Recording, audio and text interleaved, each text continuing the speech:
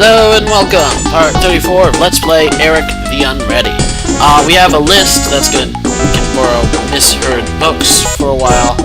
I'm not gonna do it right now because I want to finish exploring. The librarian stops the list away from you and says, "Sorry, library property." East of this room is the laboratory. This is a cluttered workshop full of odds and ends. In a sealed counter you see a rock, a bush, some pills, a pair of sandals, and a trumpet. On the counter you see a machine.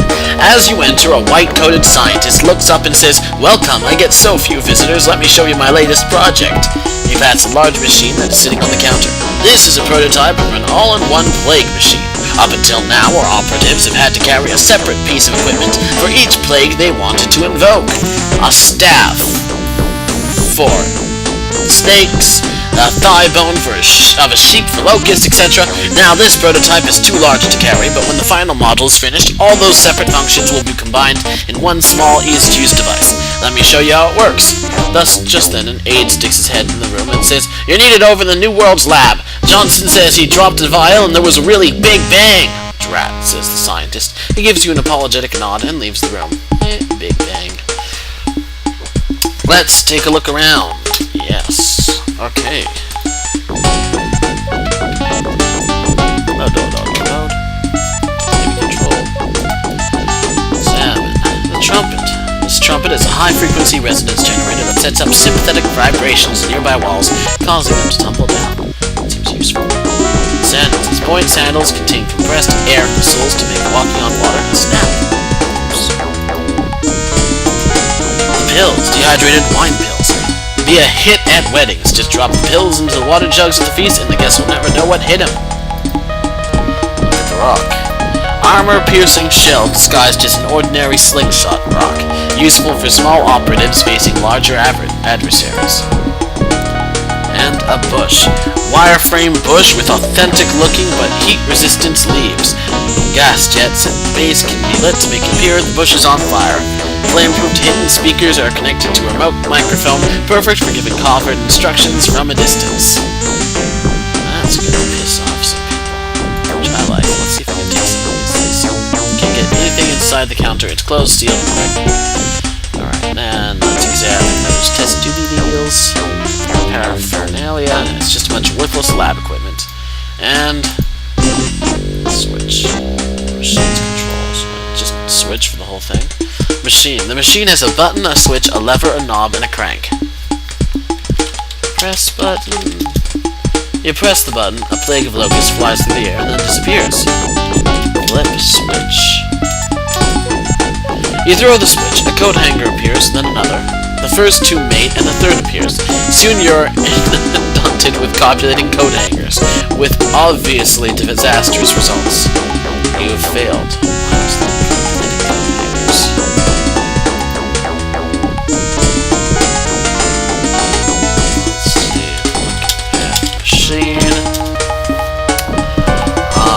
Pull lever.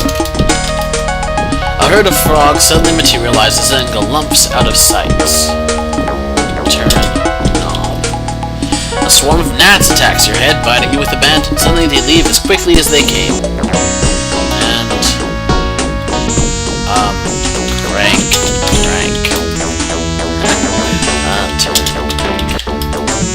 You give the crank a turn, and suddenly you're knee-deep in slime wigs. They immediately disappear through cracks in nearby walls, but one of them is slower than the rest and is left behind. Oh, poor slime wig. Take slime wig. Take the slime wig. I'll save it in the file, just in case that wasn't what I was supposed to do. 6 more minutes. Alrighty. Let's go west.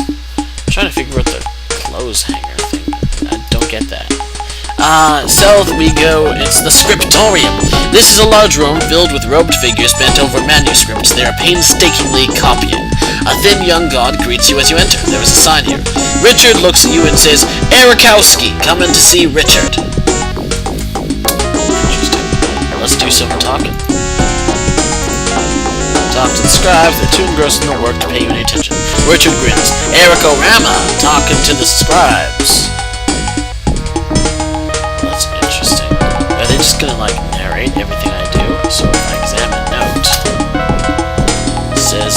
The airman examined the note. That's interesting. Alright, let's talk to this guy. To Richard. I'd like to get something copied, please. The Herculator, not reading the signs. Bummer. Signs.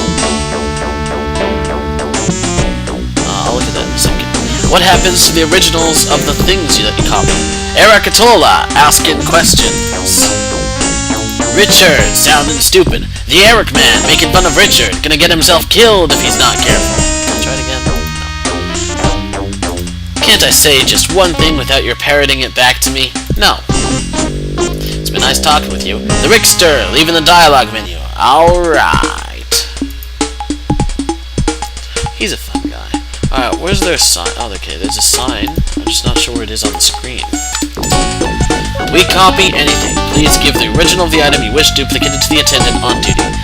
Richard scratches ear and intones Ericorama, examining the sign. Examine the tables. The Rickinator, examining the tables. Alright, let's see. What's this guy's butt? Alright, anything I forgot to look at? Yes, there is.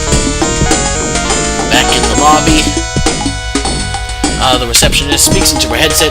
No, you don't have to keep track of your goods and bad deeds. Our accounting department is quite good. Alright, so let's give the note to the receptionist. Cleo looks at the note and hands it back to you, and then she yells at the closed door, Morty, there's someone to see ya! She turns back to you and says, he'll be out in a few minutes. The receptionist speaks into her headset. 200 St. Barkins femurs? You need to talk to Ralph in shipping. Hold, please. The receptionist says, hold your unicorns. Morty will be out real soon. The receptionist speaks into her headset. I don't believe we have any vacancies at the moment, but if you hold on, I'll put you through to personnel. Wait. The receptionist speaks into her headset. I'm sorry, the goddess of beauty is in an important meeting and cannot be disturbed. The receptionist speaks into her headset. Sorry, there's a new price list for direct and divine intervention. You must not have received your copy yet. I'll send a pigeon out to you right away. The door to Morty's office opens. Two grossly dressed characters emerge. Remember, Morty, they chorus, we are two wild and crazy gods. They do a slow shimmy out of the front entrance. Morty puts his arm around your shoulder and guides you into his office. Alright, I guess this is the last thing for this chapter. We finally meet Morty. Morty's office is cluttered with tacky bric-a-brac. The walls are crowded with mementos and autographed pictures of him with gods and goddesses. Morty plops into the leather chair behind his desk and says, I'm mortal! Don't get many of them up here. Well, what can I do you for? Ha-ha! Alright, let's talk to Morty. Who are the people in these pictures? These aren't people, Bubba. These are deities. First-class gods and goddesses who I helped get where they are today. To whom should I sacrifice so my quest will be successful? Let me see. The logical choice would be the god of lost causes, but he's busy with the Bush campaign. I guess your best bet would be the god of blind, dumb, stumbling luck. I'd like to get in and talk with people in your legal department. Now you wouldn't, kid. Trust me on this one. I'd like to be a god. Everybody says that, but let me tell you, the hours are lousy, the pay is worse, and everybody wants to talk to you all the time. My advice is, be a bum. You set your own hours, you work outside, and there aren't any annual performance reviews. Thanks for the advice. No problem, enjoyed it. Let's take another meeting sometime. Have your people call my people. Alrighty.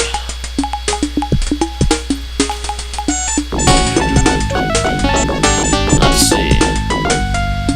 Let's give him a note.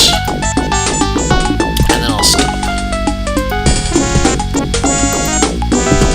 Morty takes the note and tosses you a small wooden token. Thanks, kid, he says. He glances at the note, then he wads it up, throws it away, and bellows, Cleo!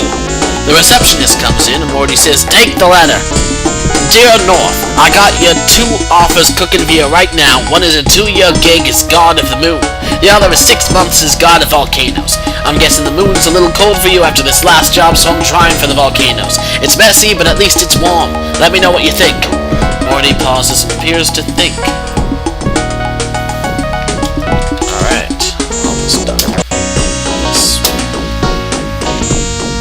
I'll see you next time. I think I'm gonna take a break now.